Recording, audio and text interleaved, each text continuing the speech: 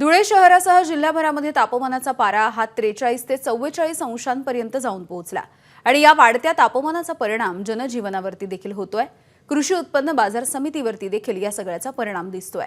आठवड्याच्या पहिल्या दिवशी बाजार समितीमध्ये मोठी गर्दी बघायला मिळते, मात्र वाढत्या तापमानामुळे बाजार समितीकडे शेतकरी आणि व्यापाऱ्यांनी पाठ फिरवली आहे।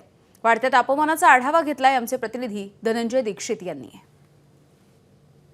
धुळे शहरासह जिल्ह्यात तापमानाचा पारा पुन्हा एकदा वाढलेला आहे आणि तब्बल 43 अंशांवरती जिल्ह्याचा पारा गेल्याने याचा परिणाम जनजीवनावरती होताना पाहायला मिळतो आहे। आणि आता आपण जर बघितलं तर बाजार समितीमध्ये या ठिकाणी या सगळ्या वाढत्या तापमानाचा परिणाम आहे आणि आजचा आठवड्याचा पहिलाच दिवस असताना या दिवशी शेतकरी आणि व्यापाऱ्यांची एक गर्दी या ठिकाणी पाहायला मिळत असते। मात्र वाढत्या उन्हाच्या पार्श्वभूमीवरती शेतकरी आणि व्यापाऱ्यांनी बाजार समितीत येण्याचं टाळल्याचं पाहायला मिळत आहे। यामुळे याचा एकंदरीतच परिणाम जो आहे तो येणाऱ्या उलाढाल जी होत असते ती मोठ्या प्रमाणात या ठिकाणी कमी होणार आहे।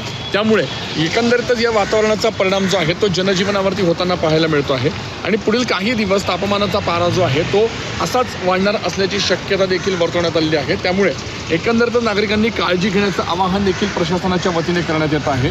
त्यामुळे पुढील काही दिवसामध्ये हा तापमानाचा पारा जो आहे तो 44 ते 45 अंशांवर जाण्याची देखील शक्यता वर्तवण्यात आली आहे। धनंजय दीक्षित, एबीपी माझा, धुळे। एबीपी माझा, उघडा डोळे बघा नीट।